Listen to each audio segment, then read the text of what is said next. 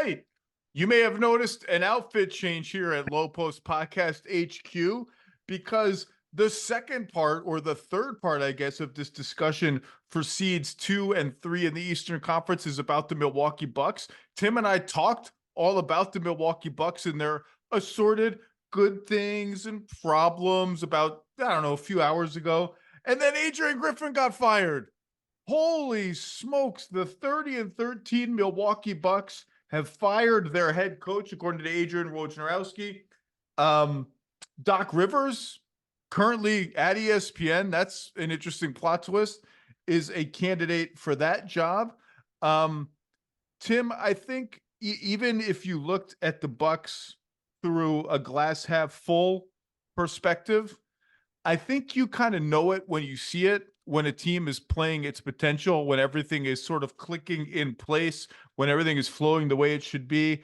And you and I have talked about the Bucks a few times this year. We haven't quite gotten that feeling for any consistent period of time. This team is number 2 in offense. That's great. Even so, they've played the easiest schedule in the NBA by far. They face Cleveland tomorrow in the start of 2 straight against them. They've got Denver twice coming up, Minnesota twice, the Pelicans, the Jazz, the Mavs, just a murderer's row of teams coming up.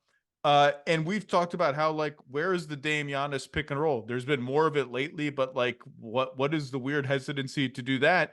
And more than anything else, they're 22nd in defense. And look, they're not that far from like 17th, 18th into territory where they're like half a point from territory where you're like, oh, they're almost average. But again, easiest schedule in the league. Transition defense has been a complete cluster, you know what, the entire season. They just could never get matched up correctly. They can never get back on defense. That's partly on the players, but it's also like and yes, when they traded Drew Holiday for Damian Lillard and decided we're just riding with Damian Lillard and Malik Beasley 1-2 in the backcourt on a team that has depended on our guards getting over screens to fortify our drop back defense, you knew they were going to take a hit and defensively, and they have taken a hit defensively. But just watching this team all year on defense, you just never felt like, I know what they stand for. I know what they're about. And that goes back to the beginning of the season when Adrian Griffin was like, we're importing my helter-skelter Toronto Raptors defense here in Milwaukee. Brook Lopez, we want you blitzing. We want you trapping. And what happened? 5, 6, 7 games in, the players went to him and said, yo, this is not how we do it here. We've had a lot of success playing a much more conservative style. Can we just do that? That was like red flag number 2. Red flag number 1 was Terry Stotts, veteran mentor, walking out the door before the season even started after a little dust up at a shoot around that the Athletic reported on in some detail. Not just a dust up, nothing big, but enough of an awkward situation that Terry Stotts was like, you know what? I've got paid a lot of money. I'm 60 whatever years old. Like, I don't need to deal with this. And look, Tim, you know as well as I do, the 3 finalists for this job were Adrian Griffin, Nick Nurse, who had some backing within the organization, now coaches the Philadelphia 76ers and is doing a bang-up job, and Kenny Atkinson, who is still in Golden State. So the roads not taken are quite interesting. But this is just, their record is good. You can squint and see like they're plus 16 per 100 possessions with a great offensive rating and a great defensive rating with their 4 best players on the floor. That's great. But there's been enough smoke simmering from Giannis saying we got to be coached better. I need the equipment manager to wash my jersey better, to Stotts, to the changing defensive scheme, to some of the body language, Giannis at the scorer's table. I was going to say, I don't mean to cut you off. Go. But I was going to say, the moment you knew this was doomed was the moment at the scorer's table in Boston. When Adrian Griffin, I was at the game. It was the night before Thanksgiving. Giannis gets taken out of the game, was very clearly upset, sat at the scorer's table, and essentially checked himself back in the game. Like, I'm not saying that Adrian Griffin should have been fired then, but to show up the new coach a month into his tenure, when there's already a lot of noise around the team, it was very obvious at that moment who was in charge. And it just did not feel like this was ultimately going to work out in the long term for Milwaukee from that point forward. To me, having seen that in person and sort of seeing the way that played out, I'm surprised this happened right now, that they're 30-13 and they have the second best record in the league, the schedule and defense and other stuff aside. But it's not like anyone's sitting here saying, we can't believe the Bucks fired Adrian Griffin from an overall standpoint. Because if you've watched this team, as we talked about earlier, they have a lot of problems. They're not all because of the coach. They have structural flaws in the team, in part because of the trade, in part because of age, that they have to try to fix. But the coaching wasn't helping, and that's why this has happened.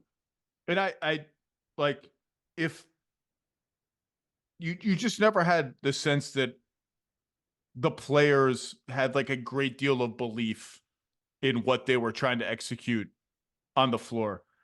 And you can look at their defensive numbers and say they're kind of becoming more Bud-esque as the season goes on. Like, after a really strange start where they were trying different things, they are 6th in free throws allowed, so they don't foul. They're 8th in defensive rebounding. That's a Bud tent pole. Now, they would be 1st or 2nd under Bud. They would never give up offensive rebounds, but 8th is trending the right way. And, you know, the first order of business for the new coach is, we can't be the worst transition defense in the NBA. Like, that alone is worth like 4 spots in the defensive rankings. Just clean that up.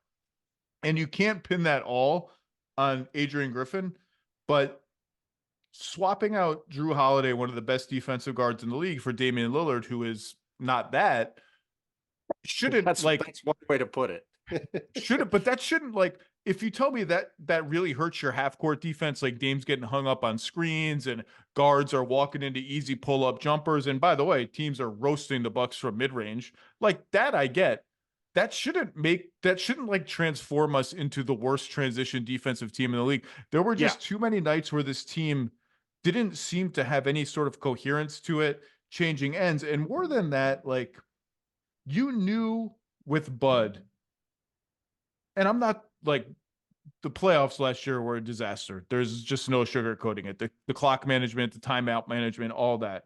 But you knew what they stood for. And what they stood for was, we're going to protect the basket at all costs. That means Giannis is going to be close to the basket a lot, blocking shots, protecting the rim. This year, they're like a little too pressurized for my taste. Like, I don't necessarily, like, I miss the days when they would face a TJ McConnell, for instance, and say, we're going under every screen. We're going to go 15 feet under every screens and dare you to beat us with jump shots. Now it's like, sometimes they're pressing and just giving up these long drives to the basket. Giannis is too far from they just don't appear to have any sort of core defensive bedrock. And all the stuff that they had with Mike Budenholzer, right? Like, when you said it earlier, like, to me, you sum it up by saying, what were the Bucks really about from a stylistic standpoint, right? For better or worse, and most of the time better, because yes, I mean, I've been very critical of Mike Budenholzer for some issues in the playoffs, in terms of, you know, stylistic adjustments and lack of adjustments at times. But what you could never argue was that you knew exactly what the Bucks were about, right? You had a very clear idea of what they were trying to do at both ends of the court all the time. And it was an incredibly successful model. And from the beginning of the season, like you said, from the moment all this came together, and it should also be noted, whatever plans Adrian Griffin had got thrown out the door the day training camp started, because they traded for Dame Lillard on the eve of training camp, right? Which only added several layers of complexity to an already complex situation for a first-time head coach.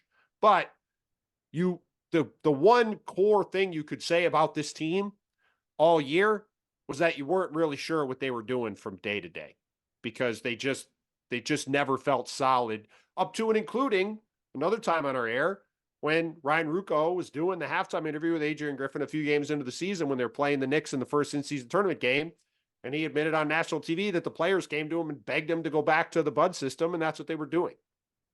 So, Which like, he deserves credit for like not being so didactic about his way that it had to be his way.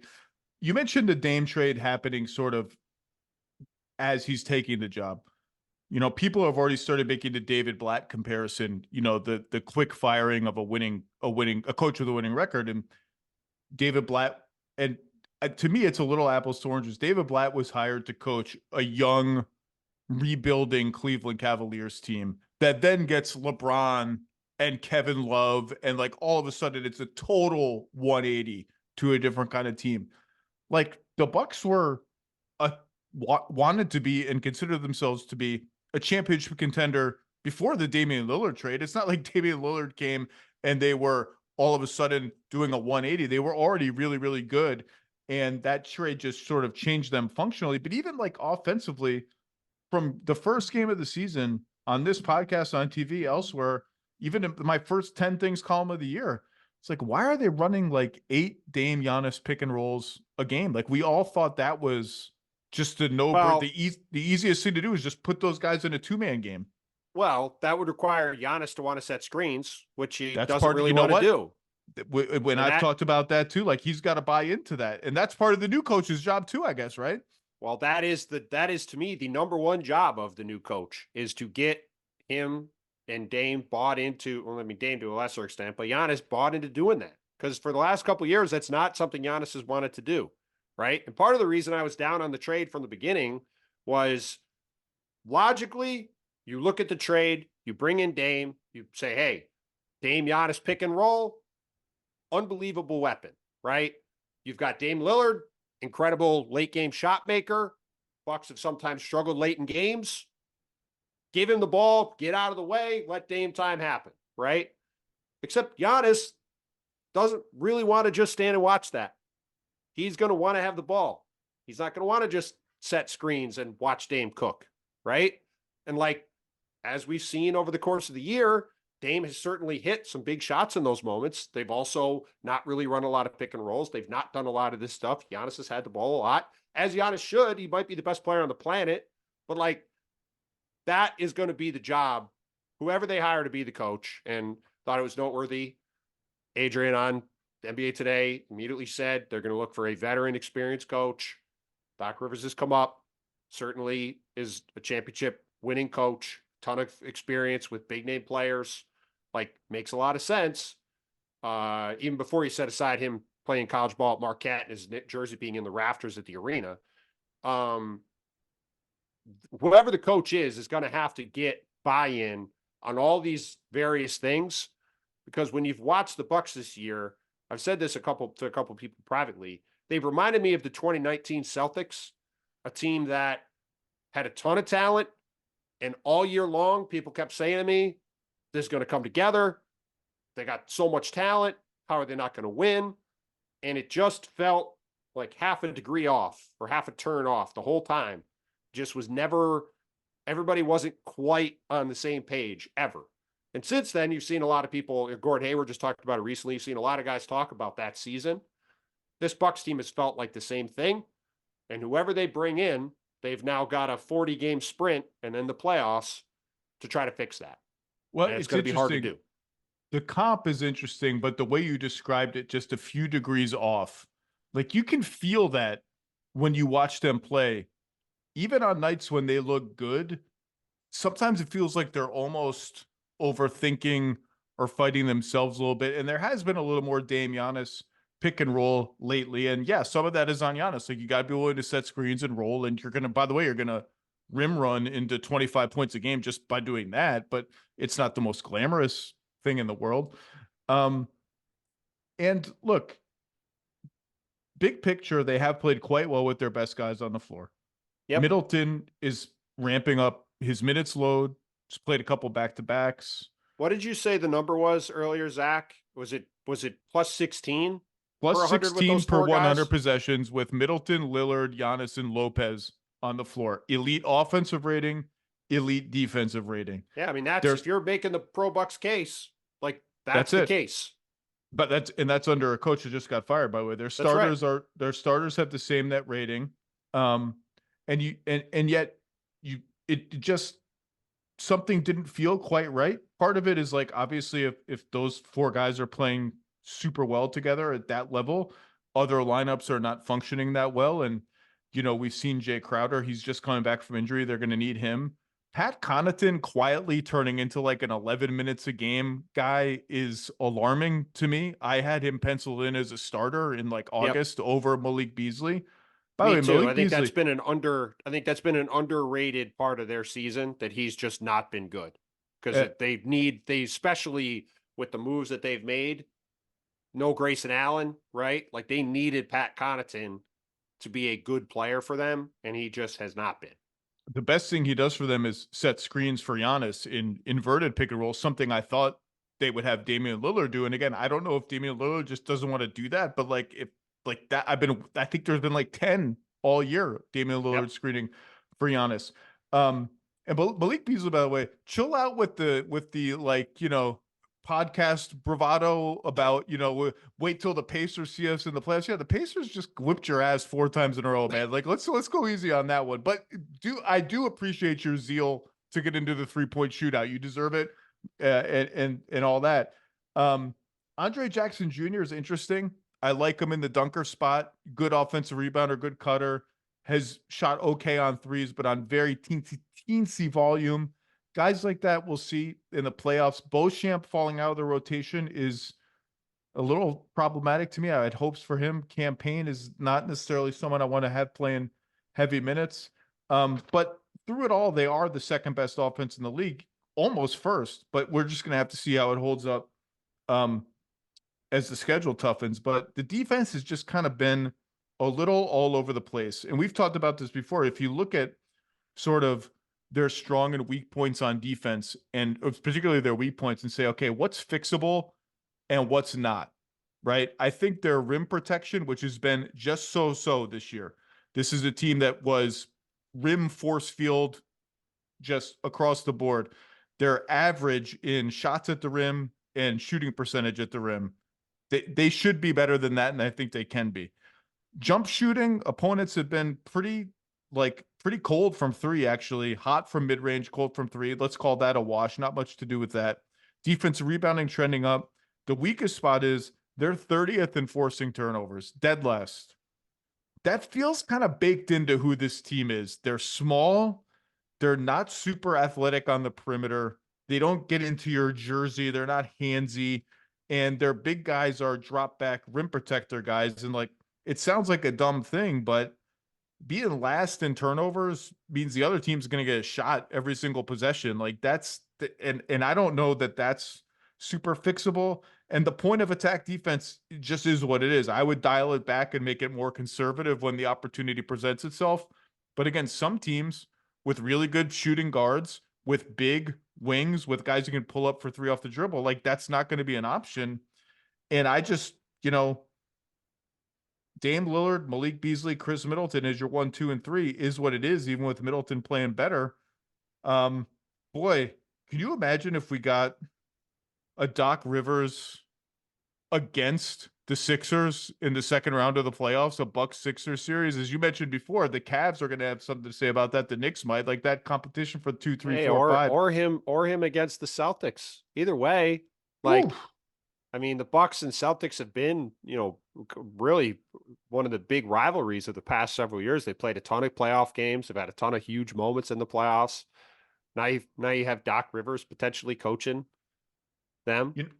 There's a lot of it'd be a lot of pretty amazing storylines if this happened. And by the way, this is not this. I want to be clear for the aggregators, is not me reporting anything. I thought it was interesting when the Bucks announced officially the news. Adrian reported that they changed coaches. John Horst, the GM of the team, is not going to talk to the media until tomorrow at 5:15 p.m. Central Time. Tomorrow being Wednesday. If you're going to fire the coach and wait 26 hours to speak to the media, that would seem to lead me to believe that when he sits down to speak to the media, they will have a new head coach. I don't think that means Joe Prunty, the interim head coach, will not be coaching the game in Cleveland tomorrow or against Cleveland tomorrow. But it would seem to me if you're going to take that long to address the media about why you did this, you would also be saying, by the way, here's who we've hired to replace Adrian Griffin. So I will be interested to see if that happens that quickly, because certainly when you're doing this change in the middle of the season, you're going into a very difficult part of the schedule. Like, you got to get this going as quick as possible. And generally, I think you would also agree, Zach, if you make a decision like this at game 43, you have a pretty good idea what you're going to do and you get it done. And it's not like we're going to exhaustively take a week to figure out what we're going to do. And to further the Blatt comparisons, Ty Lue was sitting there waiting as a trusted internal candidate on that Cleveland team who has since become a championship level head coach. Kenny Atkinson still technically potentially available. You know, he almost took the Charlotte job a couple years ago. And maybe again, Millen is out there as a guy who's, you know, been deep in the playoffs, has won a ton of games, respected head coach, worked with Joe Prunty in Atlanta. He was the guy who just took over midseason and led the Hawks to the conference finals a couple of years ago. So it's another guy with some pedigree who's out there. But, you know, Doc going back there from a story standpoint, as the guy who's the star at Marquette, who's from Chicago, having coached the Sixers, having coached the Celtics, the way last season ended, as close as they were to winning that series, that would be a pretty fun story if Doc ends up coaching the Bucks. Well, and look, there were reports last week that the Bucks had asked the Hawks about DeJounte Murray, and I asked for a lot of things I got no shot at getting, but that looks a little different in the light of day today in terms of the urgency this team feels to like do something. That something doesn't feel right. And John Horst has been incredibly aggressive in season. He traded 4 second-round picks for Nico Mirotic. He traded a bunch of, I think, 4 or 5 for Jay Crowder. They've typically made a lot of moves in season to try to make the team better. And obviously, it's one thing to fire the coach, but this is in line with how they have operated under his leadership of the franchise with Giannis on the team, which is we are trying to go for it every year. And this is the definition of going for it when you fire your coach when you're 30-13 because you don't like where your team is headed, and you've got 39 games left to see what it looks like before a pretty pivotal playoffs. And this is reflective of the fact that this was the in a lot of ways easiest move, most realistic move to make, because they're out essentially every first round pick and every second round pick they have of their own through 2030. They have one good second, and they've got some swaps. Like if back in the summer you saw Phoenix collect some second round picks by trading swaps of prior traded first round picks, that's basically what the Bucks can do. They could say, hey, we've traded these picks. We could swap you whatever is left over. And they have this one Portland second, and some mediocre to bad salary. So like that's I'm sure they'll be aggressive with it, but there's only so far that's realistically going to get you. I'm going to ask you a question that I feel like I know the answer to based on what you've already said about it, but it is interesting to think about. Would you do the Dame trade over again if you could? The Dame for Holiday trade, would you just take, if you could go back in time and just not do it as the Milwaukee Bucks? I understand that that's a facile way of framing it. Like it's not just an either or black and white situation. Like you could not do the trade and then do other trades, but would you just undo it if you could reverse time as the Milwaukee Bucks? I give you the same answer I gave you 4 hours ago and the same answer that I gave in October when the trade happened, which is if I was the Bucks, I would not have done the trade. I understand that Giannis's signature on an extension soon followed. I just think they had other paths to pursue to have Jrue Holiday on the team with these guys and then potentially go out and add more talent to the roster on top of what they had, instead of more or less taking Jrue Holiday and Grayson Allen out and putting Dame in. From a talent perspective, that makes you better.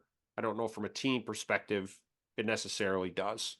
And I very well may be proven wrong because Dame and Giannis are incredible players, might be good enough to just win this thing.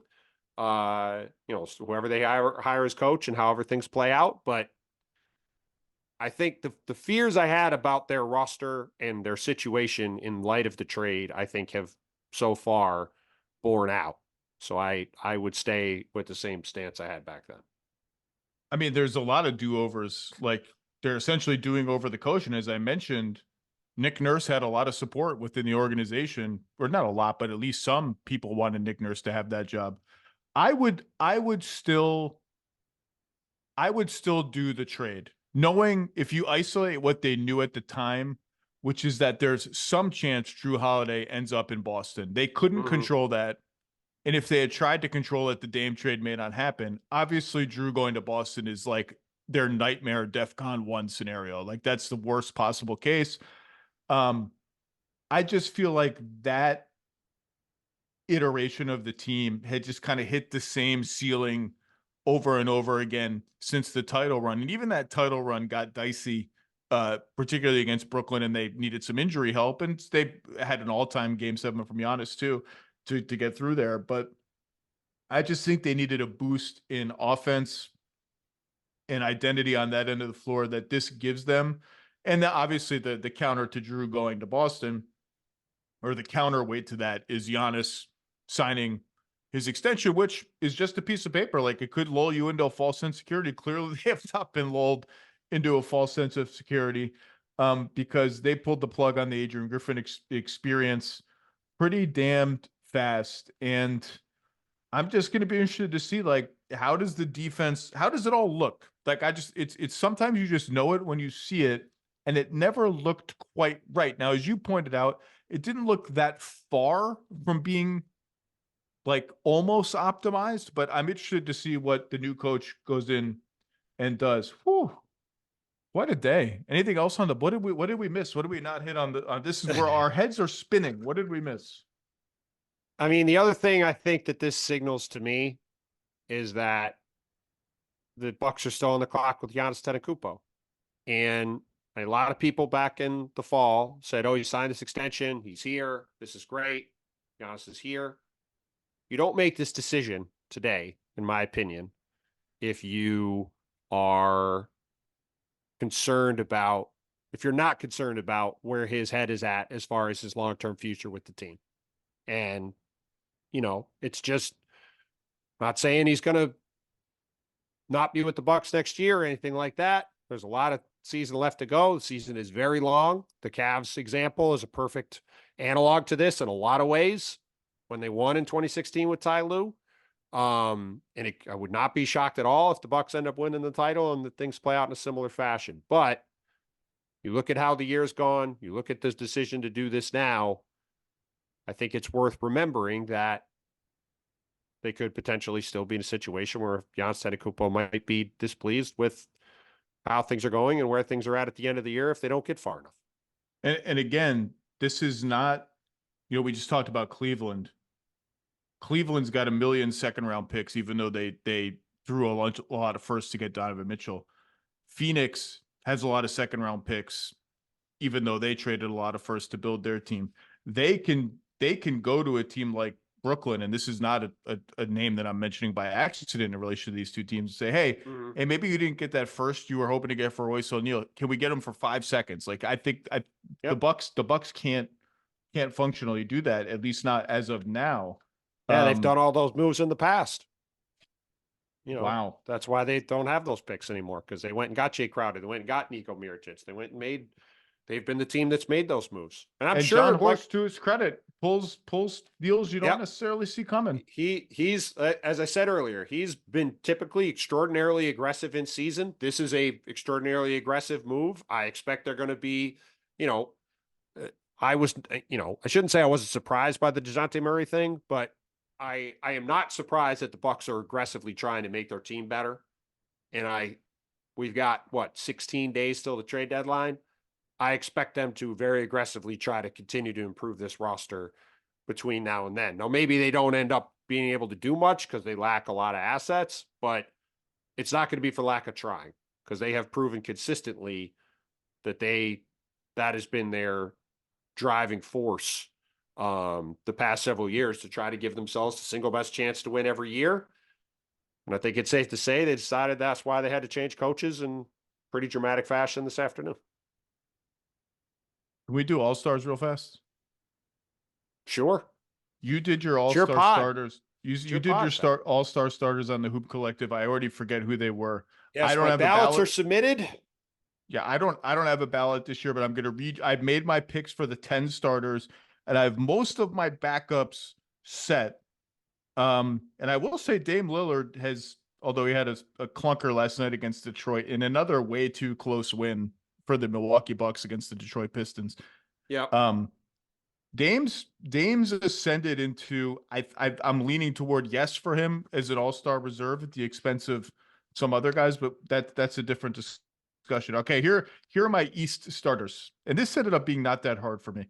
Tyrese Halliburton at guard. You get 2 guards, 3 front court. Tyrese Halliburton, Jalen Brunson over Donovan Mitchell, mostly because of minutes played. They've been almost equally productive. Yep. Tatum, Giannis, Embiid. I think we're 5 for 5 there, right? Yep. West is a little harder. I got 3 locked in starters. Luka at guard, Shea at guard, Jokic is one of the front court positions. That's 3. I got 2 starting spots left, front court, among 4 guys.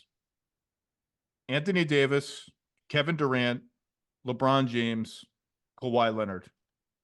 Whew. It's a toughie. I don't envy the official voters. I went Durant because I just like the guy's averaging 30 points a game. He's been the only consistent star in terms of availability for the entire year in Phoenix, for the most part anyway. 30 a game. He had a crazy leaning, falling over, double pump, half pump shot to beat the Bulls with a second and a half left, culminating a 43-point night. Suns, by the way, 6 straight. Up to 5th in the West. They hang in at 5th, Tim Bontemps. We are going to have a titanic first-round matchup between the Suns and one of the Clippers, the Wolves, the Thunder, and the Nuggets in the first round of the NBA playoffs. I would like to avoid being the 4th seed if I were one of those 4 teams. That's not fun.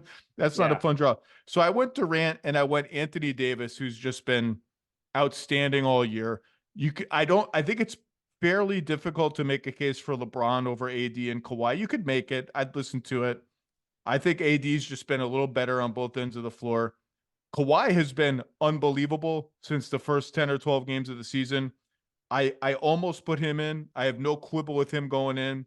My bonus to Clippers fans would be, I think Paul George, I hope the coaches are listening, should be like a stone cold all-star lock. I thought that before he went crazy against the Thunder last week. I said so with Chris Herring on the pod a couple weeks ago. So I'll have 2 Clippers on, but that was my West. Luka, SGA, KD, Davis, Jokic. My only difference was Kawhi for AD, but AD is perfectly reasonable, and the other guys were all great. So the West reserves. That was my ballot.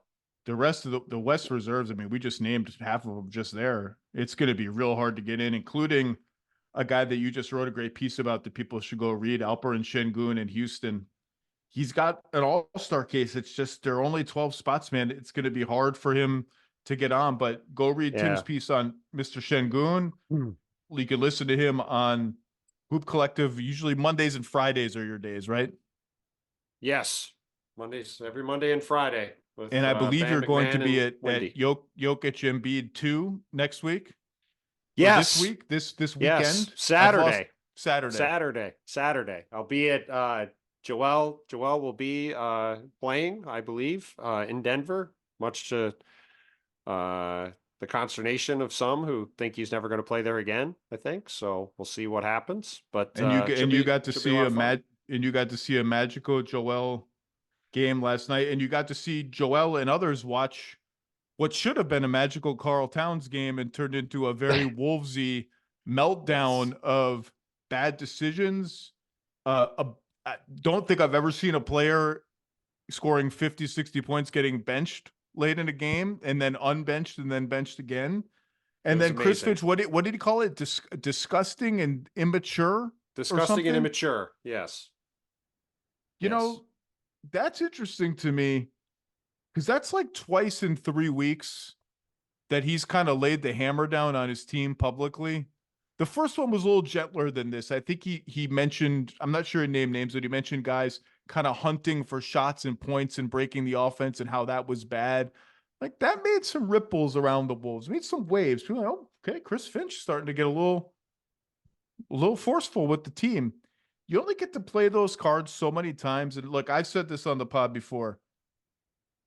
This is the first time in 20 years this team's facing actual expectations and pressure. And this, a meltdown like that at home in a 62-point game in which the guy who scores 62 points is benched and kind of called out after the game, something that I don't think would happen to a lot of, if any other star players in the league.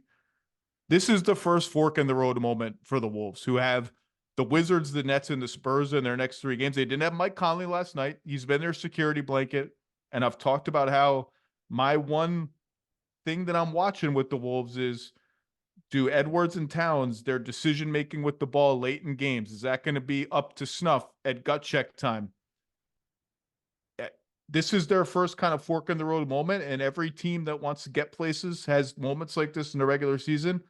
I can't wait to see how they respond, but you got the 70-point game last night. That's a fun one. It was. And yeah, I agree. I think we're going to look back at this Wolves game one way or the other. It's either going to be a galvanizing moment for them or one where their season potentially goes sideways, because this was a pretty remarkable night for them on a lot of levels. And like you said, good teams have moments like that, and they tend to go one way or the other. And that was my thought watching the end of the game last night, was that this could be, and especially the way Chris talked after the game, like that's a real inflection point moment, and it's either one that the Wolves will meet or they'll recede from. And it'll be well, very I hadn't seen the full clip, go. and they actually asked him straight up directly, did you think Cat was hunting points? Oh, yes. And he interrupted the question. Was like, oh, yeah, he was. Oh, okay. I mean, he immolation. was. He was. I mean, yes. I would say he was, but yes. That was interesting. All right, Tim Bontemps, maybe are you going to be at Knicks Nuggets in a couple of days? I may see you there. If so, I will be at Knicks Nuggets ahead of Nuggets Sixers, and I will be at Knicks Nets here in a couple hours in New York. Nets back from the road, and the Knicks trying to go to 10-2 with OG Anunoby. Go to it, Tim Bontemps. Thank you for your flexibility and your patience, and we will do it again, hopefully on a less chaotic day sometime soon. Thank you, sir. Sounds good, man. Thanks for having me. Welcome to an absolutely loaded edition of the Lowe Post podcast on Tuesday at noon. Woo! We have a trade. We have Joel Embiid scoring 70 points in what is becoming one of the greatest seasons in the history of the league. An absolute majestic domination of the San Antonio Spurs, rendering Victor Wembanyama's 33 points a footnote. We will get to that later because we're going to lead with the trade. And only the Wolves, only the Timberwolves of Minnesota could have a player score 62 points. A, on the same night, somebody better scored 70 points. And B, somehow have a 62-point career high turn into a demoralizing moment that may or may not haunt them for the rest of the season, with Karl Anthony Towns getting benched late in a loss, a fall from ahead loss to the Charlotte Hornets, who stink to high heaven. Oh my God, Minnesota. They will have an opportunity to bounce back against 3 straight awful teams, the Wizards, the Nets, and the Spurs, in that order, I believe, and they better bounce back. I'm interested to see how they bounce back from that disaster. But we're going to start with apologies to Joel Embiid. I will wax poetic about you later because of scheduling issues. We're going to start with the Miami Heat in a deal I have alluded to on this podcast several times, trading Kyle Lowry and a lottery-protected 2027 first-round pick, which becomes unprotected in 2028 if it does not convey in the previous year, for Terry Rozier, who is quietly averaging 23 points a game for aforementioned stinky Charlotte Hornets, and has 3 years remaining on his contract at 23, 25, and 26 million. The last one is mostly guaranteed. We'll just call it 26. Kyle Lowry is on an expiring $29.6 million contract. Really a disappointing end to what looked like a promising match between Kyle Lowry and the Heat.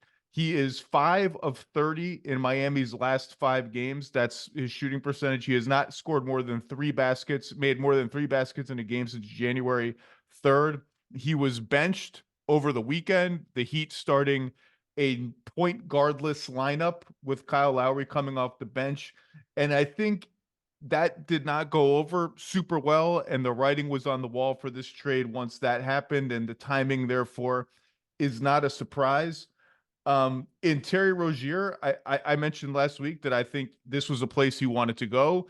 I think he has no illusions about being the third and sometimes fourth offensive option on the team. I think he understands my days of shooting whenever the hell I want are over. And I think that's promising for Miami because he can score. He is only shooting 30% on catch and shoot threes this year, 34% last year. But if you look at the 3 years before that, 39%, 43%, 46%. He has been, with the exception of one season, 2 seasons ago, a very consistent crunch time bucket getter for a bad team under incredible duress because the team has been so bad. And I think, look, the Heat have some questions here in terms of playmaking. Terry Rozier is kind of probably a below average playmaker for a quote unquote point guard or even a hybrid guard. But Kyle Lowry's kind of pass and cut and transition playmaking had just kind of run its course. The weaknesses had begun to outweigh the strengths. And in Terry Rozier, they get a guy who is only 6'1", but he has a 6'8" wingspan. He can guard up in size. He's a two-way player. And I think that kind of a guy who can shoot threes and guard twos and ones kind of fortifies the Heat and prevents them from having to lean too much, if at all, on lineups with both Tyler Hero and Duncan Robinson in the lineup. Two kind of weak spots defensively. Both have been fantastic offensively this year. I like this trade for Miami. I like it a lot for Charlotte. I think it's about as good as they were going to get. One okay to good whatever first for Terry Rozier. And it's a signal that Rick Schnall and Gabe Plotkin and the new owners, by the way, Gabe Plotkin, a key character in the movie Dumb Money, which I just saw on a flight back from Los Angeles last week. Not a great portrayal, not a flattering portrayal for Gabe Plotkin. Did not know that he was on the one end of the GameStop shenanigans from years ago, but a signal that they have the right approach to the team, tear it to the studs, build around the young guys. More trades are going to come. Bobby Marks, I want to start here. I want you to clarify a couple of things in the bookkeeping. Sure. Yeah. No one is better at this than you. The Heat already owe Oklahoma City a 2025 lottery protected first rounder that becomes unprotected in 26. This is a 2027 1-14 unprotected 2028. So 2 years exactly later and exactly mirrors the terms of it. How many picks can Miami trade now ahead of the trade deadline? And how many will they be able to trade after the draft this year? And I asked that because this was a moment where the Heat had to choose, maybe had to choose, maybe not, between, do we keep all our remaining draft pick equity dry, powder dry, for whoever is the next star that says, I want to go to Miami? And we just saw that doesn't always work out, because the Damian Lillard thing didn't work out. Maybe it has worked out for Miami, but the star didn't get there. It's worked out fine for Miami, honestly, I think. Or do we expend some of the draft capital for an upgrade this year that gives this team that made the finals last year and has made 3 of the last 4 conference finals a better chance to compete with the big dogs in the East? So where are they draft equity-wise for trades now and in the summer? I think it's going to be interesting how the trade memo is going to be spelled out here, because as you said, they owe Oklahoma City a first in 25. It's got it's protected, unprotected in 26. How the rules are, you can't trade in back-to-back years, right? It's got to stagnate here. Now, if the, has Woj had broken that it's a 27 first that's protected lottery that goes unprotected in 28. Usually how it goes or makes sense is that if the pick is not conveyed in 2025, then Miami would send out a 28 lottery protected first that becomes unprotected in 29, and that changes things. Okay, why that changes? You're right. What you're saying in plain English is that if you look at the mechanics of both of these picks, there is a scenario where they would technically owe a 26 and a 27, which is not allowed. Correct.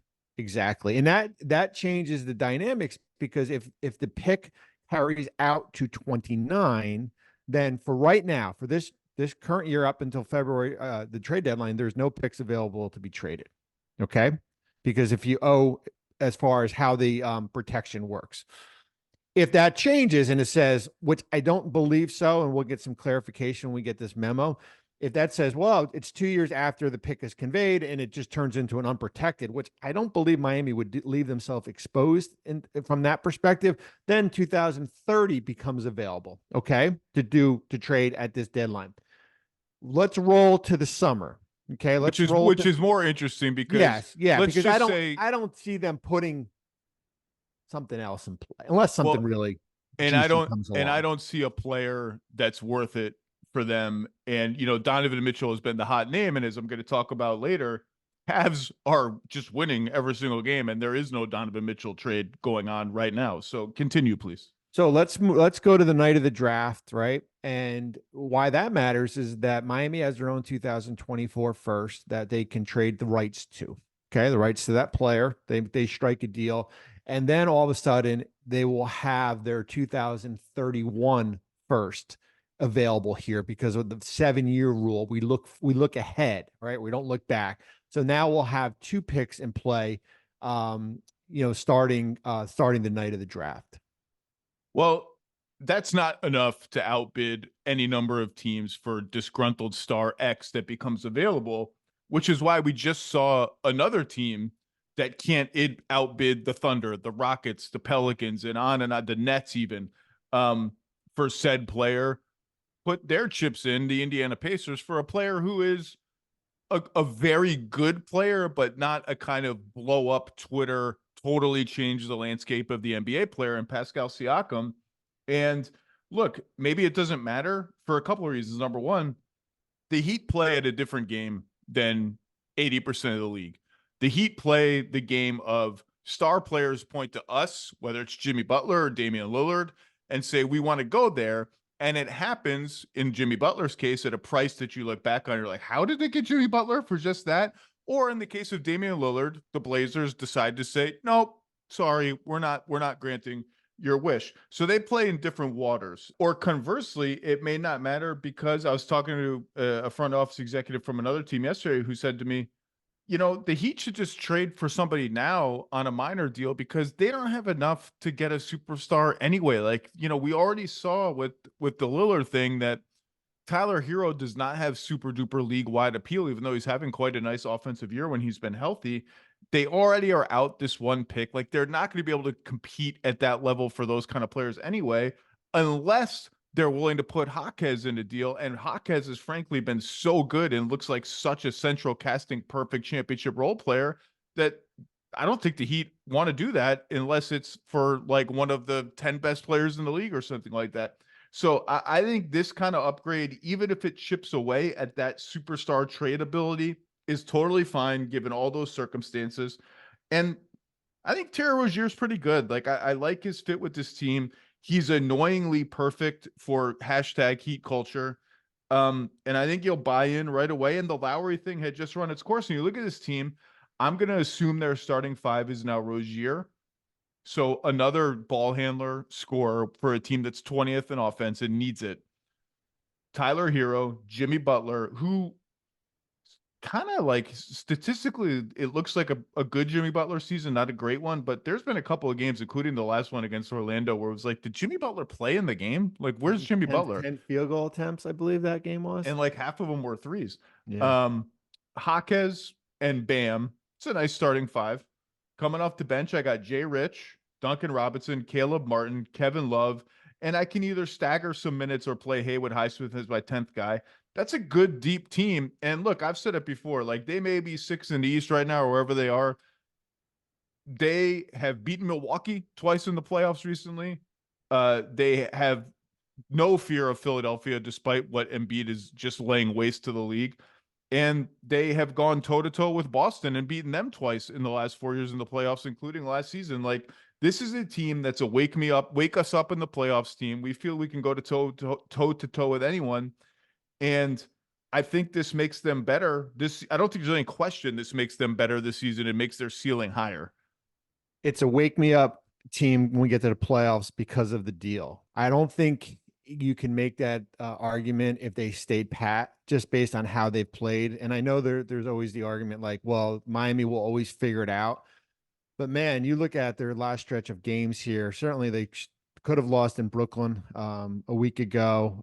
You get blown out by Orlando, Toronto, and lose at the buzzer to Atlanta on a Murray 3.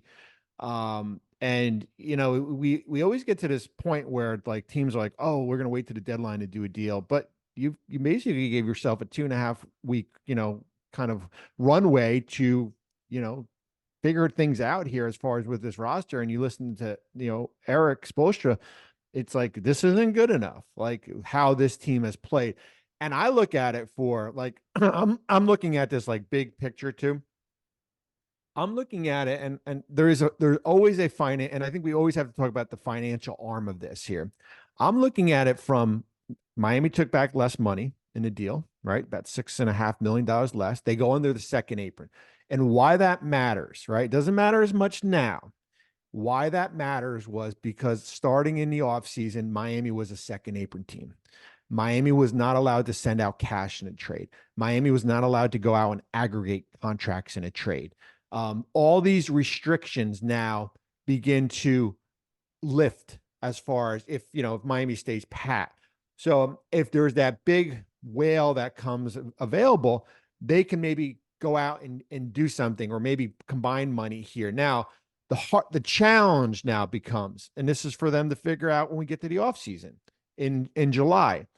Now you start to dance with that second apron, right? You've got to figure out what happens with Caleb Martin, who's got a player option here. You've got 184 million in salaries. The apron's 190. How much money they have in salary? You have 184 in salary going on for next year. The apron is at 190, and that includes Caleb Martin's player option. I was gonna say I had them 177. Yeah, without Caleb Martin's player option, which is a little more than 7 million, and he should turn that down because he will get significantly more than that on the open market. Yeah. So the cost might be that you might lose him to do the Terry Rozier trade here.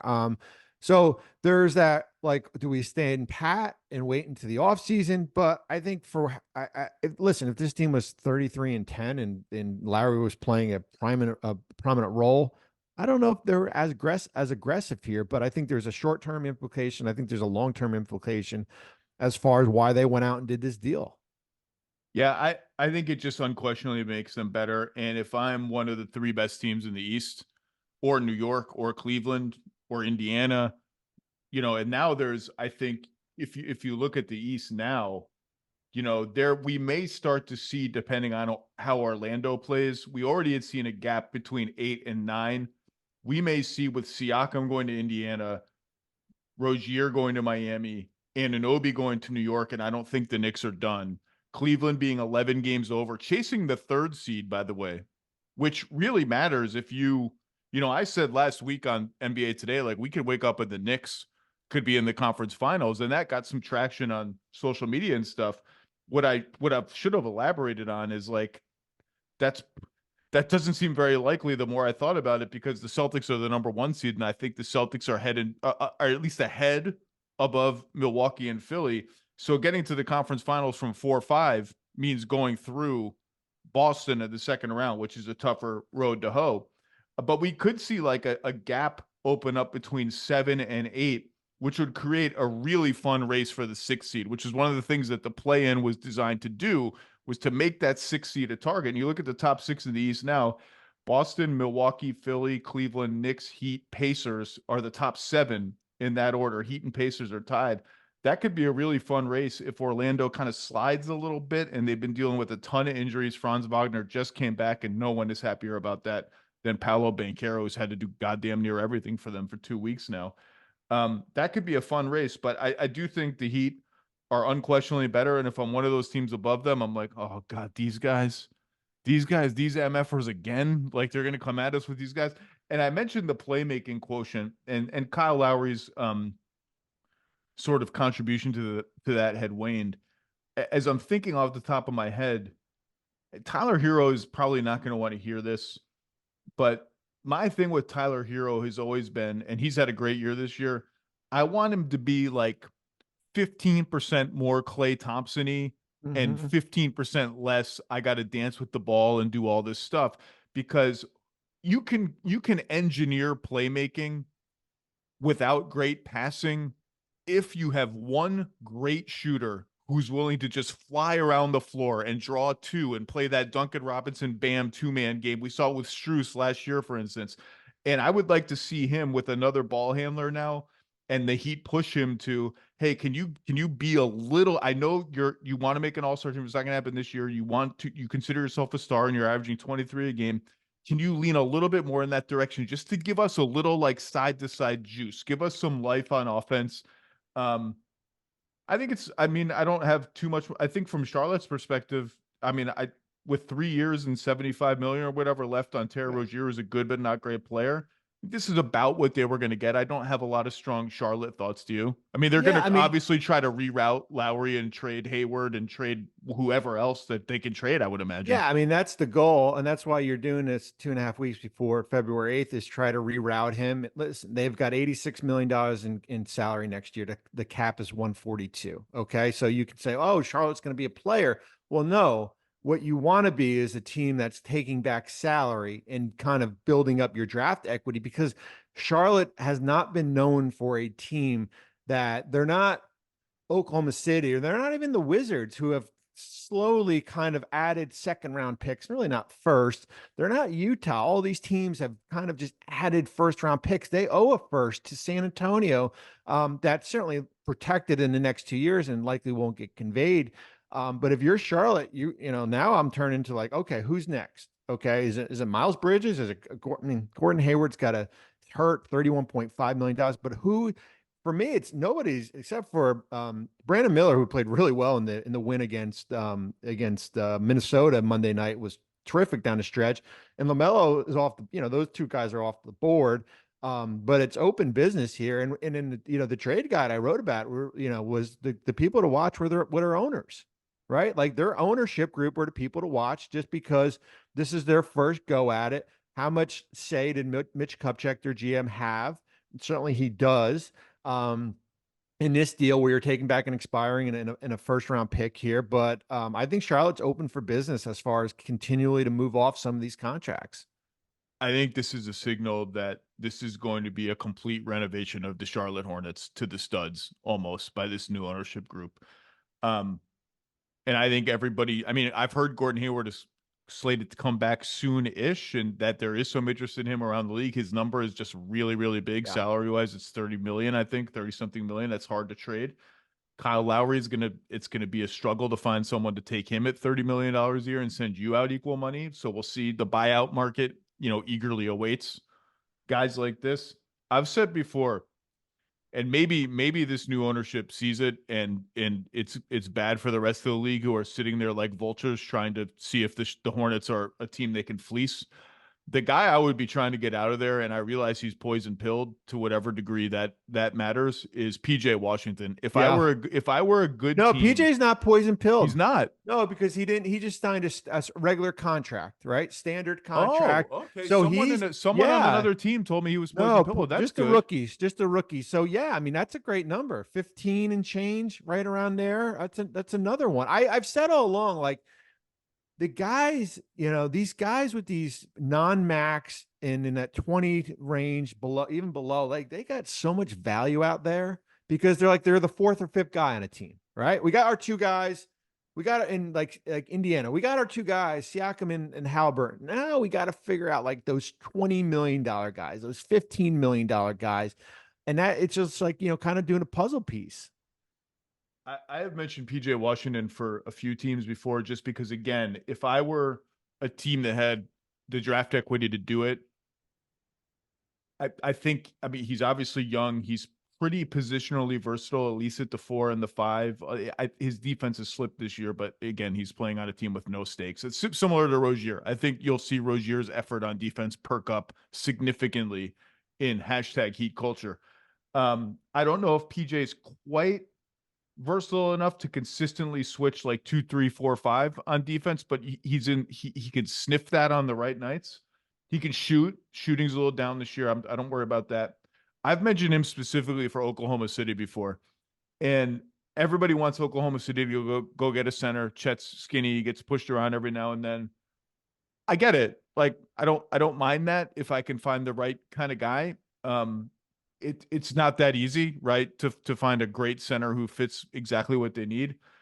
If I can't find that, I want a 4. I want someone who pencils in right as a 4 and like, if I'm the Thunder, like, again, my threshold is, do you have a little more juice than like the Aaron Wiggins, Henrich Williams, Cason Wallace has been awesome. I'm going to exclude him from this discussion. Yeah.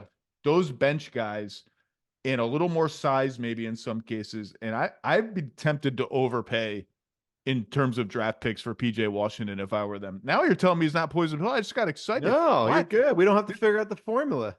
This is a lot of trades, by the way. For Ton. this Usually we Hachimura got traded like around now. But like everything before that was always like a financial related deals. Like there've been some, certainly removed the Harden trade, but there have been impact trades as far as Siakam, then before that, Anunoby and Quickly and Barrett. And yeah, there's been a lot of movement as far as, I think you just get, as I said, like, hey, this is the best we're going to do. Let's just do it. Why are we going to wait till, February 4th or February 5th? I honestly, you mentioned those Murray buzzer beaters that the Hawks had over the weekend, 2 of them in a row. They were playing so badly before those games. Yeah. And they had a couple of defensive performances where they just totally let go of the rope as a team. Indiana and Washington. Right? With the 2 back-to-back, and then the Wizard Philly game. Yeah. Even Philly before that without Embiid, I believe Embiid missed that game and they still hung like 130 on the Hawks. Yeah. And just watching the games, it was borderline. It's a little disconcerting to watch a team just fall apart in real time. And that's where the Hawks were before those games. I actually wondered, like, is it getting so dire there that they may just rip the Band-Aid off a month or 3 weeks before the trade deadline too? Then now they've won these 2 games they've lost since then. And Trae Young is in the concussion protocol. So that complicates things a little bit, but good trade for the Heat. Good trade for the Hornets. Heat get a little more exciting. Bobby Marks, you got trade stuff to do. Go do it. Let's bring on Tim Bontemps to talk about Joel Embiid, the Cleveland Cavaliers, and a lot of other Eastern Conference stuff. Thank you, Bobby. Thanks, buddy. We just did the Terry Rozier trade. I should have mentioned while we were doing that in talking about future Miami trades that his salary is kind of tailor-made for that, but that's neither here nor there at this point. Tim Bontemps, how are you? Doing well, Zach. Interesting 24 hours in the NBA, I would say, culminated by this trade. I would say so. You have any thoughts on the trade you want to get out into the world? It's interesting that Miami chose to make this deal now, giving up one of these firsts and, moving on from Kyle Lowry to add some future salary, right? To get Terry Rozier. He's an interesting fit with their team. We've seen Terry have some big moments in the playoffs, back with Boston, before he ended up in Charlotte as part of the Gordon Hayward deal a few years ago. Ultimately, or actually, no, that was a separate deal. Never mind. But he ended up in Charlotte. I'll be interested to see how he plays for Miami. I'm interested to see if there's more moves for them going forward. And I think overall, it's going to be interesting to see where Kyle Lowry winds up, because he had a pretty decent year for Miami. The first part of the year was healthy, sort of kept them afloat when they had a lot of guys coming in and out of the lineup at the point guard spot. And I don't think he's going to end the season in Charlotte. So whether it's another trade or a buyout, I suspect he'll end up on a contending team. And, it'll be interesting to see what team that is and if he can have another impact in the playoffs like he has the last couple of years in Miami. Let's talk about a team that we know will be on the lookout for upgrades via trade or anything else. You were at Wemby Embiid last night, which just turned into Embiid. 70 points, 7-0 on 24 of 41 from the field, 21 free throws, 18 rebounds, 5 assists, only 1 turnover. An absolute just destruction of the Spurs. Joel Embiid, I have the email from Stats Williams is like 4 pages long of Joel Embiid stats. It was quite the missive from Stats today. Here are his stats for the season. He's averaging 36 points a game, 12 rebounds, 6 assists, 54% shooting, 36% from 3, 53% on long twos. It's a joke. It's an absolute joke. He just walks in to these 18-footers, and Tyrese Maxey, I've talked about it many times, every game they get a little more in sync on the pick and roll. Every game they explore new little wrinkles. What can we do over here? What about a handoff? But and what's really changed in the last 3 weeks is he's Maxey leading Embiid with these little bounce pass pocket passes, leading him in rhythm, in stride, into those same 15-foot, 13-foot, 18-foot jumpers that won him the MVP last year with James Harden leading him into those shots. Tyrese Maxey is figured out how and when to get him into those shots. Here, here's the Stats Williams email. Embiid is the 9th player with 70 points ever, the 1st player in Sixers history, the 3rd center, joining Wilt Chamberlain, who's an anomaly, and David Robinson, who was gunning for the scoring title on the last day of the season.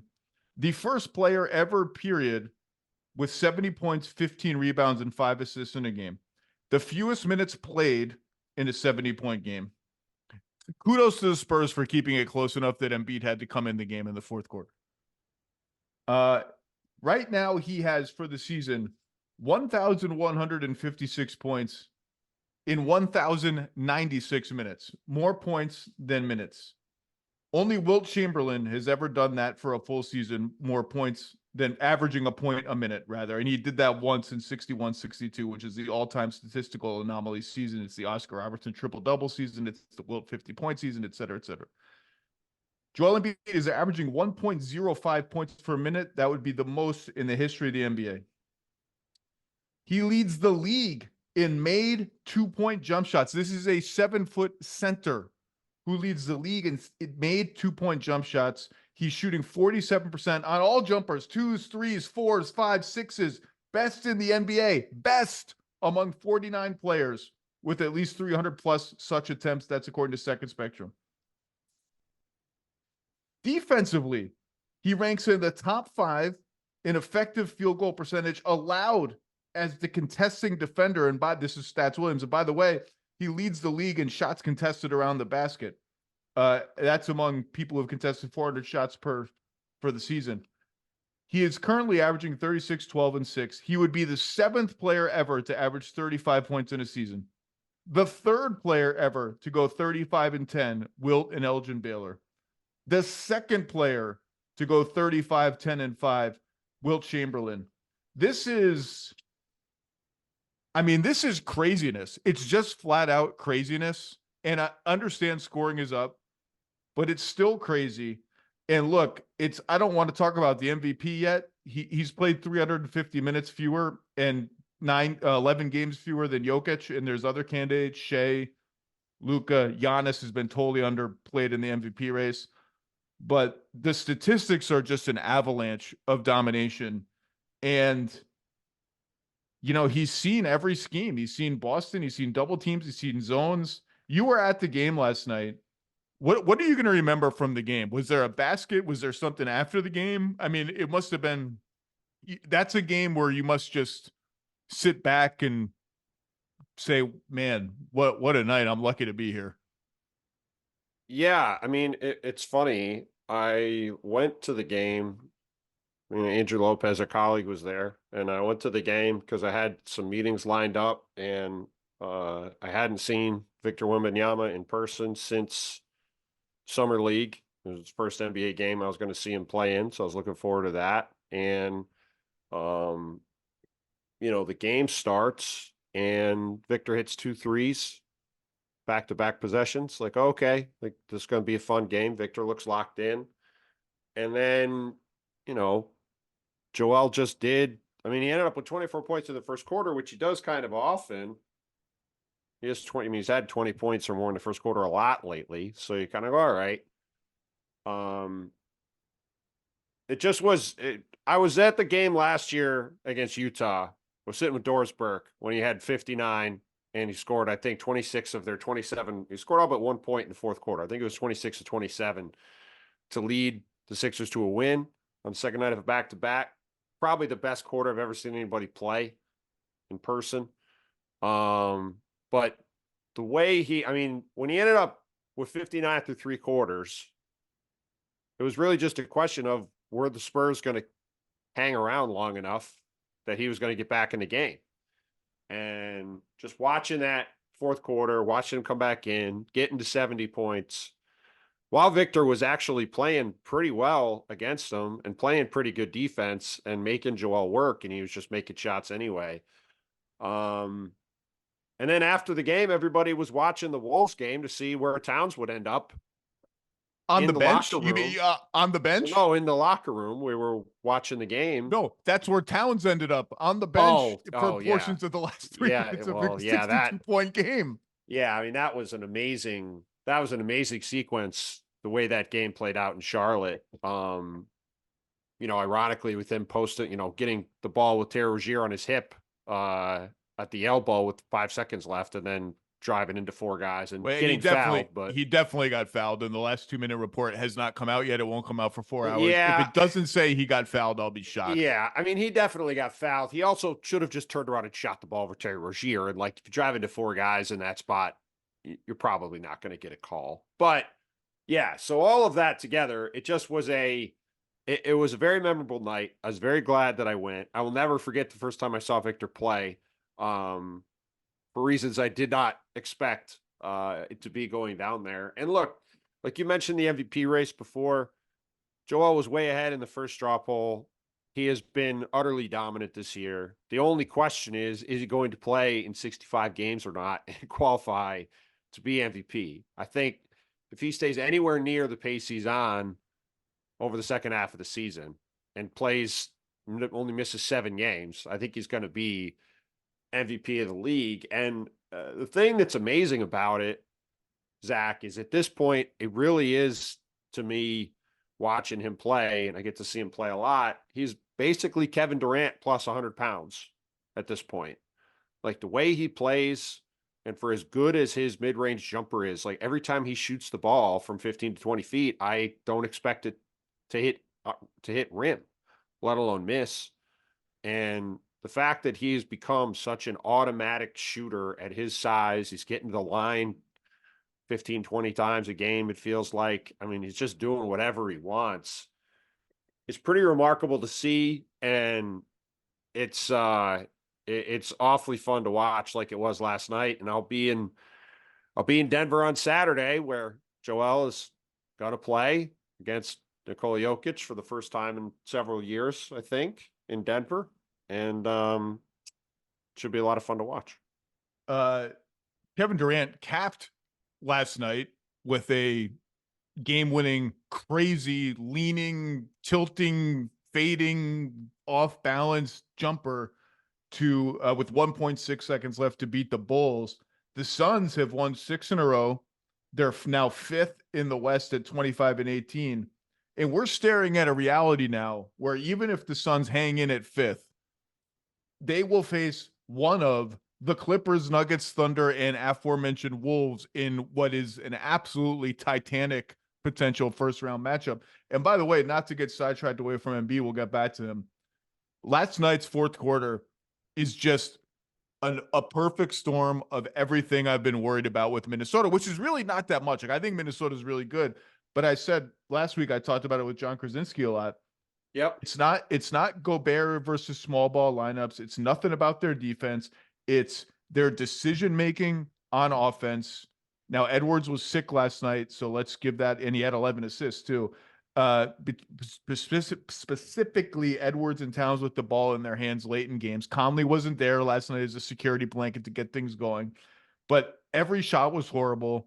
And it was beyond just Towns hunting points, which he was doing in the first 4 minutes of the fourth quarter, which is fine. Like, he had 62 points. I'm not going to like really go crazy over him sort of playing outside the game to get more points.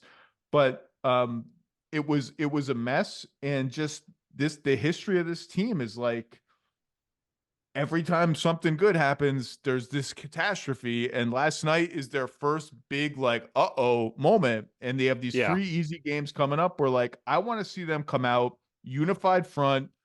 You know, Chris Finch benching Towns late in the game. And you can tell me, oh, he's going offense, defense, and Towns was out of rhythm.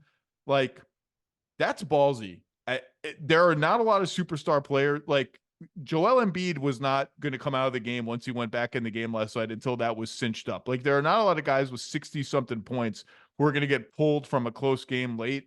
This is the first big test of the Wolves, and I've been saying all year, this is the first time in 20 years that this team will face pressure of expectations now and in the playoffs, amped up in the playoffs, and now this is the first moment where you're going to feel that. Now they have 3 easy games coming up. I want to see them steamroll these teams. And then it gets a little harder from here. But let's go back to Joel. Kevin Durant plus 100 pounds. I mean, I like that. And he's reached, Jokic is at this point where you feel his presence every single second of the game, right? Like, you know where he is.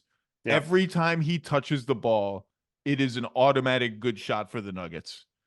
Embiid has reached that point where there's not a single possession where you're not, where is he? What's he doing? And you feel 100% confident every time he touches the ball that the Sixers are going to get a good shot, even if it's just Joel Embiid shooting. I mean, we can break down the numbers if you want. His post-up efficiency is up. His only Luka averages more isolations per possession. And his numbers are off the charts. He's averaging over 1.1 points per isolation, which is one of the better marks in the whole NBA. And he's faced every kind of defense. And look, you and I both know, and I think he said, didn't he say something after the game about like, none of this matters if we don't get to the finals? Didn't he have feel like he had I don't remember if he said that last night, but he's definitely said over and over again. Like, Joel's a very aware guy. He knows that. For as well as he's playing, he's as aware as anybody that the one thing he hasn't done is win a title and get out of the second round. And like, he knows that he's got to have a deep playoff run for a lot of this stuff to be different going forward. The second round, no matter where they end up, is going to be, I mean, right now it's probably going to be Philadelphia, Milwaukee, and you'd like to have home court in that matchup, no matter which team you are, but that's a war. That's a war. Sure is. And there ain't anything easy about that. And God forbid you're third and you see Miami in the first round. And we know Miami's history against Philly, and Miami's not afraid of anybody. Like, nothing is guaranteed in the East. But look, I keep saying this. We have not had a Joel Embiid playoffs yet. A playoffs where he sustains or even comes within 10% of his regular season production level, no matter where that production level is. He's had some great games, some bad games, some series where he was statistically but the Sixers were dominant with him on the floor anyway, notably the Raptors series, in the Kawhi shot series in 2019. As long as they continue to have a team around him that is good enough to be a top 4 team, they're going to have a Joel Embiid playoffs. It's going to happen. It better happen for his sake and the team's sake. And maybe this is the year. But just like you just, when he's got the ball 15 feet from the rim, he can shoot over anybody. He can see the whole floor. And it just, I know the statistics say he's shooting 53% on long twos, which is Dirk. I mean, that's Dirk. It feels like 75%. It feels like he just doesn't, it feels like he's just reaching up and dropping the ball into the rim. It's crazy. You just never expect him to miss. And look, as it sits right now, I was looking at BPI, our Basketball Power Index's projections, just to double check it before I said it. Right now, the Sixers are projected to be the 2 seed, the Cavs are projected to be the 3 seed, and the Bucks are projected to be the 4 seed in the East. Now, we'll see where that all plays out over the next couple of months. But yeah, like, if they're sitting there in that situation, then like, yeah, the Sixers better be in the conference finals. They better not lose to anybody but Milwaukee or Boston in the playoffs. And Joel has never been healthy for any of these runs. He'll be the first to say he's had a bunch of bad luck and random stuff happen to him. But at some point, he's got to make a deep run.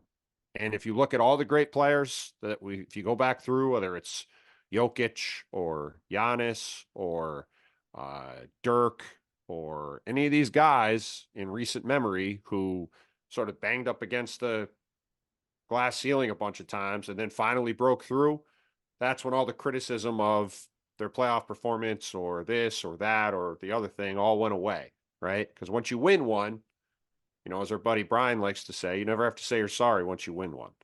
And at that point, all the remaining criticisms people have of Joel will go away. But when you look at how he's playing in the regular season and the dominance he's showing on a nightly basis, where he's been getting to 30 points in 3 quarters most nights during this 19 or 20 game streak of 30 points a game. He's playing at another worldly level. And, I think the synergy with Nick Nurse has been really good. The synergy with Tyrese Maxey has been really good. And, the Sixers need to make moves over the next 3 weeks. They're not good enough as of right now. But coming into the season, you would have thought, hey, they need to go add stars or a star. Now, I think they just need to add a couple of quality role players to deepen their rotation. And I think they've got a puncher's chance of beating Boston. And they're right there with Milwaukee. And I think they've got that kind of opportunity. And a lot of that's because Joel Embiid is playing at a truly dominant level. He has a little bit of there. It's almost Tracy McGrady like, where in an unfair way, I feel like I hear from people around the league a lot where it looks so easy that people are like, is he even does he even have to try? Like people how used to say about that about McGrady, like it's just so easy for him to get 30.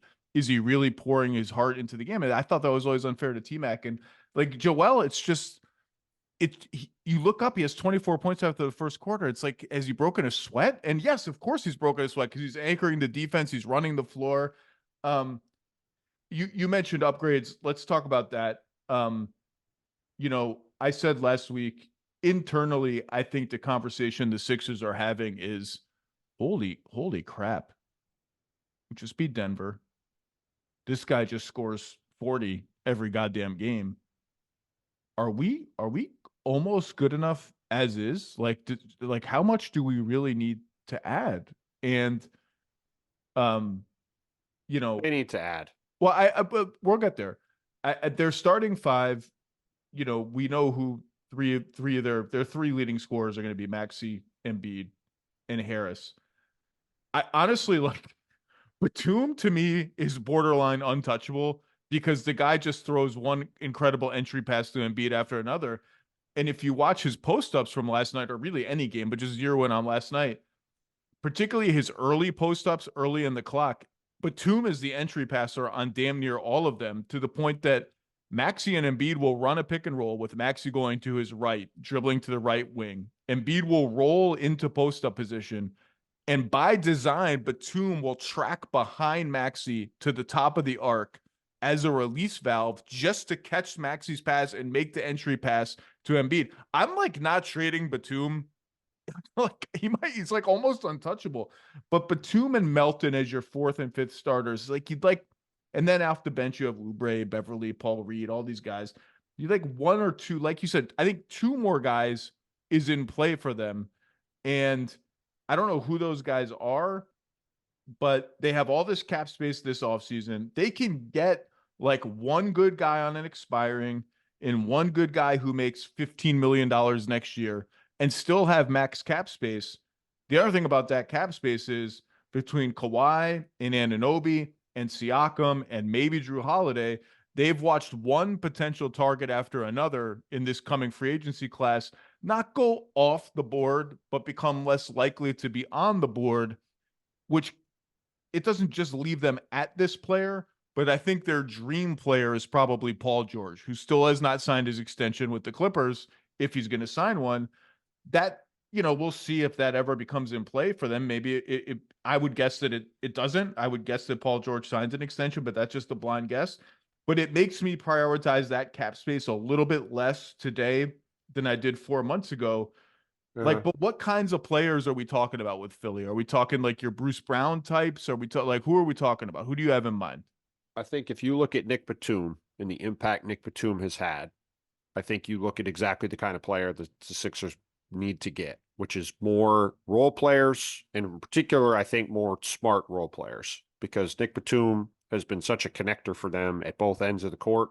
They need a couple more guys like that. Bruce Brown is sort of the obvious kind of example, right? Tyus Jones in Washington is another kind of example. Like guys that they can get for second-round picks and expiring contracts. They have a lot of second-round picks. They could save their first for later, and they can go get guys that can fill in their rotation and can give them some depth. Because their starting five is really good, but this team only really has two guys that can dribble in Tyrese and sort of Joel. So whenever Tyrese goes off the court, and he's playing more minutes than anybody in the league, I think, so still, it's basically Joel with a bunch of guys who are spot-up shooters around him who can't really handle the ball, which is not that's not really going to work in the playoffs. I can hear Sixers fans saying that's unfair to DeAnthony Melton, who is kind of a hybrid guard, and it's unfair to Tobias Harris, who's been a 20-point scorer in the NBA. And I think what you're saying is both those guys can handle the ball, but do I trust them 8 on the shot clock, run a pick and roll against the Boston Celtics and get a good shot? I'm not sure that I trust them quite enough. They just need another ball handling guard. It's not anything about DeAnthony. I mean, I think DeAnthony Melton and Tobias Harris are really good. They're two guys who initiate offense for them for the most part are Tyrese Maxey and Joel Embiid. They just need another guy who can do that. So and you mentioned Batum, the connector, the high IQ, the smart role player type. Kelly Oubre is almost a direct contrast to Nick Batum, where Kelly Oubre has been fantastic for them. Mm-hmm. And he's put in a lot of effort on defense. There's just an element of wildness with him that I'm like, do I really trust this guy in the highest profile moments? And maybe you have no choice, and maybe he's averaged 20 points a game in the NBA, but they're almost like antitheses of each other. Yes. I mean, and so they just need to get deeper. They need to get deeper and add a couple solid pieces. And like I said, I think they can add those pieces. To me, the whole summer cap space thing is a pipe dream. If they sit around and wait for that, maybe I'll end up looking foolish if they end up with Paul George. But the guys that have gone off the board, I think that would be silly to sit around and hope for some star to show up this summer, especially when they can add guys with a handful of second round picks, make themselves meaningfully deeper for this run this year. And then still starting on, I don't know if you guys talked about this with Bobby, but they can have 5 tradable first round picks this summer. So you can still, if you make these trades to add players, you potentially could keep going forward. You get your bird rights back for DeAnthony Melton and Tobias Harris and all these guys who you would have to lose to sign a star player. And then the one thing that Joel talks about all the time, did him, I sit down with him last month, is how if you look at Denver in particular, Denver has these guys that have been together for a long time and played together for years. And you look at Philly, and it's just been a rotating cast of characters year after year after year. I think there'd be some real value in finding some guys who you would want to retain, who you could then have this core of 7 or 8 guys go play together for a couple of years and start to build some of that longer term chemistry that the Sixers just never have because they've had this rotating cast of guys in and out. And, now it looks like finally they've got a guy in Tyrese Maxey who's going to be the long-term guy with Joel and Philly. But going from Ben Simmons to Jimmy Butler to James Harden to all the other guys that have come in and out, it's just never really, they've never had that same kind of synergy that these other teams have. So I think Daryl Morey would say, if he could speak frankly, which he usually does, almost I was to going his to say, he detriment usually, it's publicly, rare that he does it. That they are in a position where they might be able to have their cake and eat it too. Where we can get a couple of guys and still have cap space this summer. And I think we'd also say there are other ways for us to use cap space rather than just in free agency, straight signings. What I would also say about Daryl Morey is I will never forget interviewing him in the middle of the 2017 finals when I was doing a story on the idea that teams would wait out the Warriors with Durant, that the Warriors were just unbeatable and teams would have to sort of put off their splashy moves. And he said to me on the record, I think we've got something up our sleeves. Like we, the Houston Rockets at the time, are not waiting out the Warriors. We're going to go after the Warriors. And I think we have a plan. And I had no goddamn idea what he was talking about. And 3 weeks later, they signed and traded for Chris Paul, or Chris Paul opted in, or whatever it was. Yeah. They ended up Yeah. trading for Chris Paul, which Yeah. if you had given me 75 guesses of what was up Daryl Morey's sleeve, I would not have said, oh, they'll get Chris Paul from the Lob City Clippers. So I've learned never to underestimate what that dude can do. But I'm with you, and I've said this all year. Ever since it was clear Maxi's an all-star, and he is an all-star. Mm-hmm. If I'm weighing future present, I'm leaning almost all the way to now. I got to go almost all in to win this year. The dude is too good. Maxi's too good. Embiid is at the right place in his career. The playoff failures are what they are. I would be super aggressive.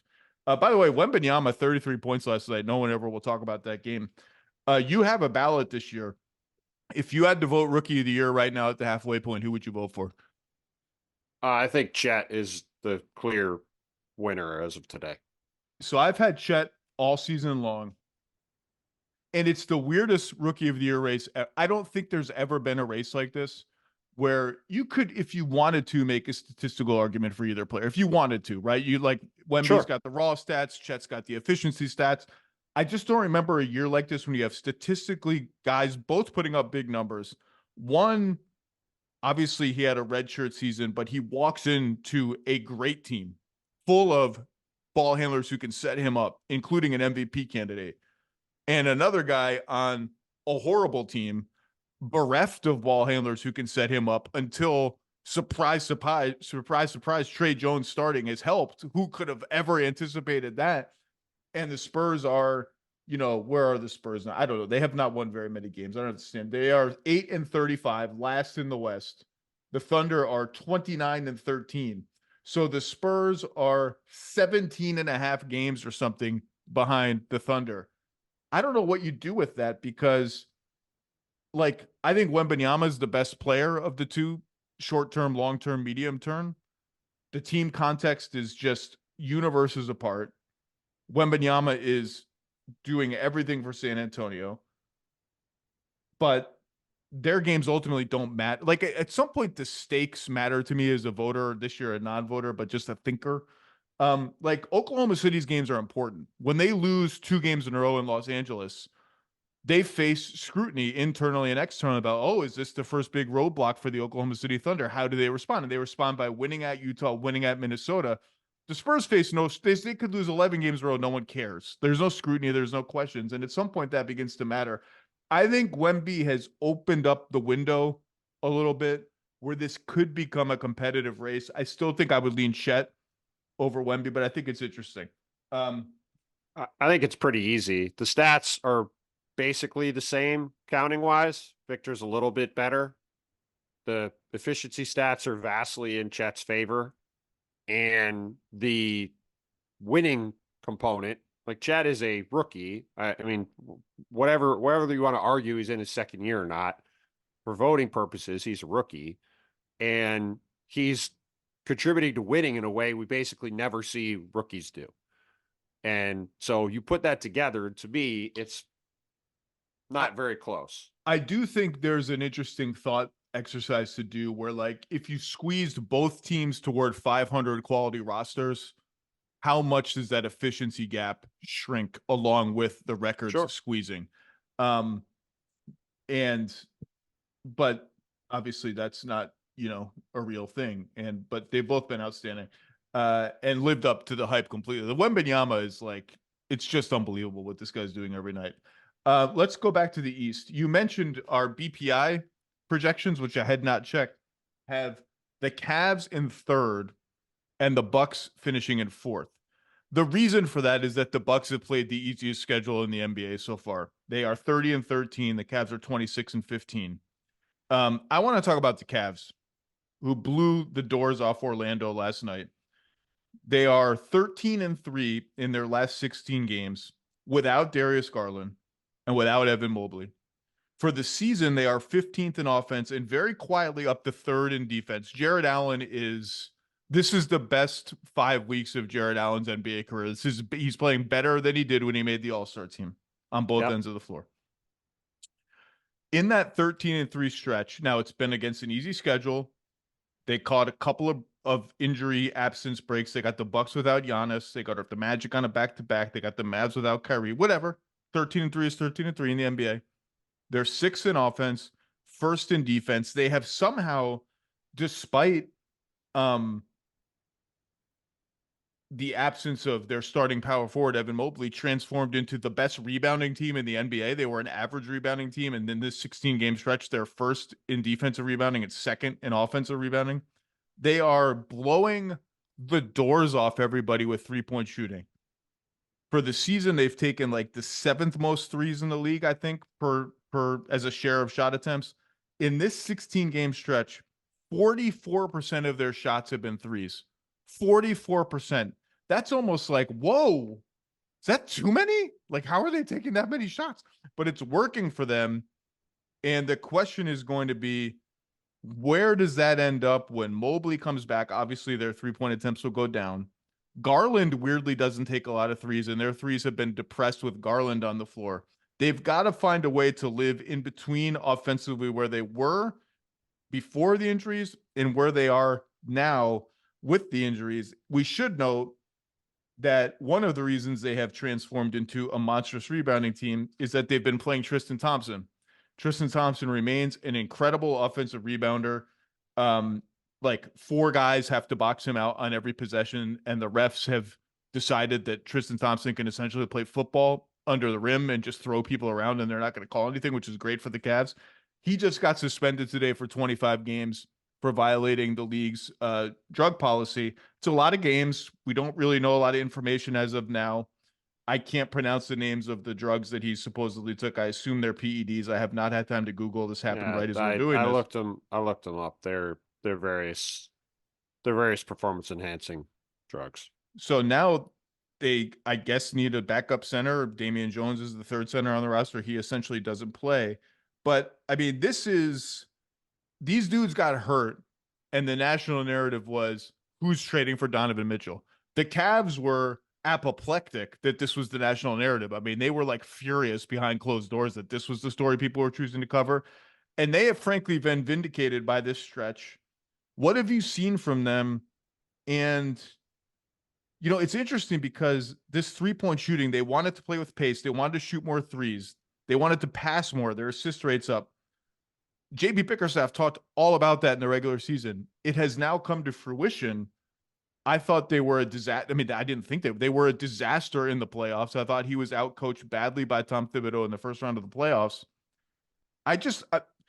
I'm very interested to see how they look when they get their guys back. What have you learned about them, and what are you going to be looking for when they get Mobley and Garland back?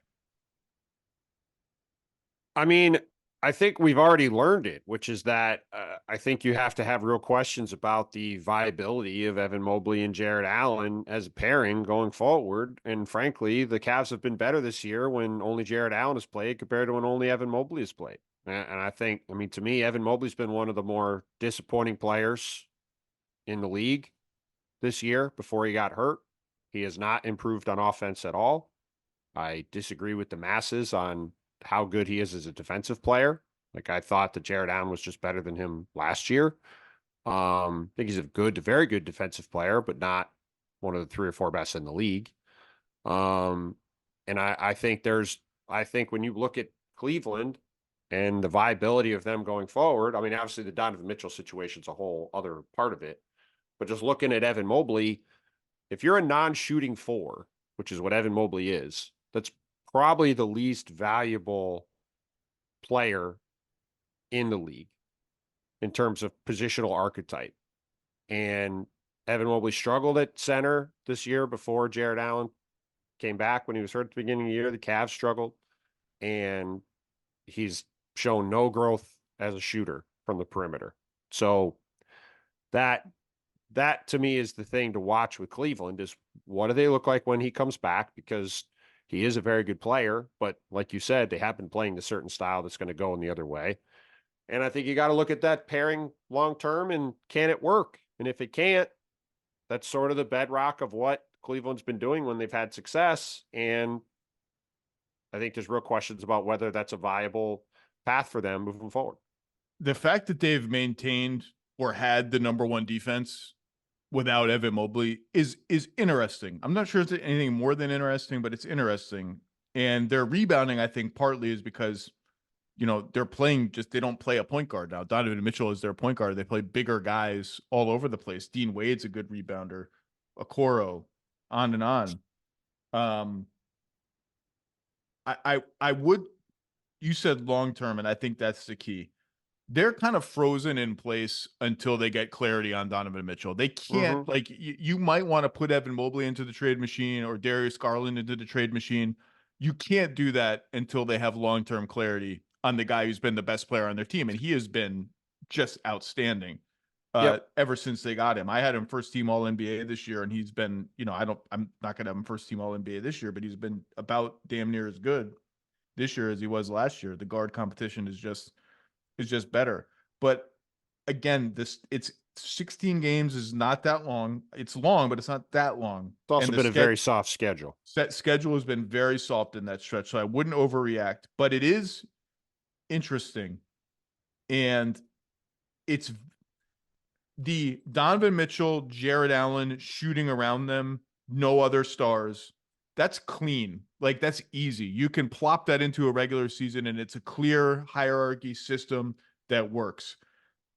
2 star guards and 2 non-shooting bigs has more quote unquote talent, but it's not as clean. It's not as tidy. It's not as just plug and play. And that's why I think they need to meet somewhere in the middle, because as fun as this is, you do have to hit a certain level of raw talent to really make noise in the playoffs when teams are like Sam Merrill is not going to be as open in the playoffs. We see this with shooters all the time. It's not going to be as easy. And they're going to have to problem solve that. But we should talk about Sam Merrill, who's shooting 43% on threes. I looked this up yesterday. He's taking 13.1 threes per 36 minutes. 13.1. Tim Bontemps, do you know where that would rank all time among players who had played at least 500 minutes in a season? I'm going to guess first. Second. Steph Curry took 13.4 in the 2021 season. Then it would be Sam Merrill. Then it would be James Harden at 12.9 in the 18-19 season. Pretty good company. He is getting them up. He got in the Orlando game last night on an inbounds play, and he shot a 3 off the inbounds pass. Like, he was in the game for 4 seconds, and he shot a 3. He has very good chemistry with Donovan Mitchell. Like, he screens for Donovan Mitchell and flares out for threes. He's a legit player that I think even when they get healthy, Karis LeVert was out last night, they're going to have to find minutes for him. I think that the way they've been playing is really fun. They deserve a lot of credit for staying afloat. And Jared Allen, I mean, he's been a monster on both ends of the floor. I don't think he's quite going to make my 12-man all-star roster, but he's making a case. Yeah, he's been really good. And yeah, like, I mean, I think over the last couple of years, he's been the better of their 2 bigs defensively. Like, for as good as Evan Mobley is defensively, like, I think Jared Allen's been more impactful for them in large part because I think he's proven that he's a more reliable option at the 5, which is a much more important defensive position. So he's played great. The combo with him and Donovan Mitchell has played great. They're bombing a lot of threes. They survived some rocky patches earlier in the year and stabilized themselves. And I mean, when Garland and Mobley got hurt, I was certainly among plenty of people wondering, well, how is this year going to go for the Cavs now? Those guys are basically going to be hurt till the trade deadline. They're going to have to start looking at going in a totally different direction with their team. And instead, they've gone the other way. They've gotten back over 500. They're right in the mix for a top 4 seed in the East. And, for a Cavs franchise that I think has won 1 playoff series in the last 30 years without LeBron, or maybe has won 0 in the last 30 years without LeBron. To make the playoffs and have a chance to win a round or two is a pretty significant thing, and they've given themselves a chance to do that again. I said before the season, if they lose in the first round, it's a disappointment. I still think that's true, despite the fact that the East looks a little even better than we thought it would be. I wonder if they're looking at the standings. If they're looking at Woj's report last week that Mitchell Robinson is on track to perhaps come back at some point in the season. Looking at the OG Anunoby trade, and like I said with Bobby, I don't think the Knicks are done trading. I don't think they're going to do anything big, but I think they're going to try to fortify their bench at least. Bench has been a little rickety since Quickly and Barrett, particularly Quickly, went out the door. Like, oh man, are we going to have to face these guys again? That would be a fun rematch. I mean, it was stylistically incredibly ugly, but it would be a fun gut check test for the Cavs to have another shot at the team that just beat the hell out of them physically last season. Certainly would be. Step one, by the way, to finding this middle path is just the minute staggering has to be for the short term, i.e. the rest of the season, as strict as you can possibly make it between the 2 bigs and maybe even the 2 guards. Like, just split them up the way the Rockets split up Chris Paul and James Harden way back when. By the way, the Cavs are, I believe, number 2 overall in field goal percentage allowed at the rim. I think they were number 1 last year. That's Jared Allen. I mean, the guy's challenging every shot. More aggressive offensively lately than ever. Just an awesome job by the Cavs. George Yang, really good acquisition. Strus has lived up to his contract. He's been really good. Even Isaac Okoro, like every other game, you're like, oh God, he's passing up corner threes over and over again. And then some games he looks pretty good. Any other thoughts on the Cavs before we finish up? I'm very interested to see what they look like over the second half of the year when they get these guys healthy. It's going to be, it's going to be one of the more interesting things to look at in the league. Tim Bontemps, covering the East for us, among other things. Thank you for your time, sir. Anytime. Thanks for having me.